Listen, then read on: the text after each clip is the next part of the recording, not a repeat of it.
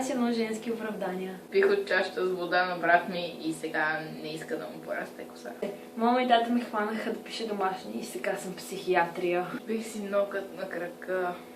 Още не мога да преодоля загубата и не мога да дойда. 18. Развих чувства към едно пиле и след това изпитах удоволствие, докато го изяждах. 17.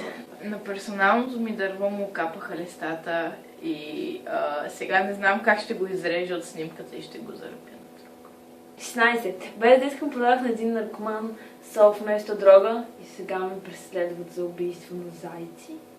Излизах от нас, Дингълът ме удари с краставица по главата и каза: край, няма да излизаш днеска наказана си. И аз се останах вкъщи. Трябваше да си копая марулите в Англия. Изпих твърде много кафе и сега трябва да си лягам, защото много ми се спи. Качих се в рейса и тъмън да слезна, и като кондукторката ми се вика: никъде няма да ходиш! И аз се прибрах къщи. Днеска беше последния епизод на Дърва си красота. Добре, кажи ми как да го пропусна! Паркета ми порастаха бурени и трябваше да ги продам. Сега съм дилър. Запалих си цигара в колата, падна една мъгла, пуснахме чистачките, обаче тя не се махна и си останах на нас. Търсих магия, намерих я, но сега изчезна Моли. Госпожата ми по-английски нещо тотално откачи и започна да говори на суахили и сега трябва да преровя целия Google. Събудих се, видях, че спа, но се отказах, защото навън беше твърде топло. Все пак е декември. Карам си аз колелото и един полицай ме спира за превишена скорост. И, нали, добър ден, госпожо, добър ден, господин полицай. Знаете ли за какво ви спирам?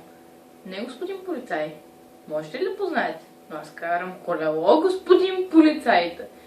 На трактора, от който си го свалила, може и да му трябват. Че върни го. И полетът ми до вас беше отменен, защото той кораб взел, че потънал.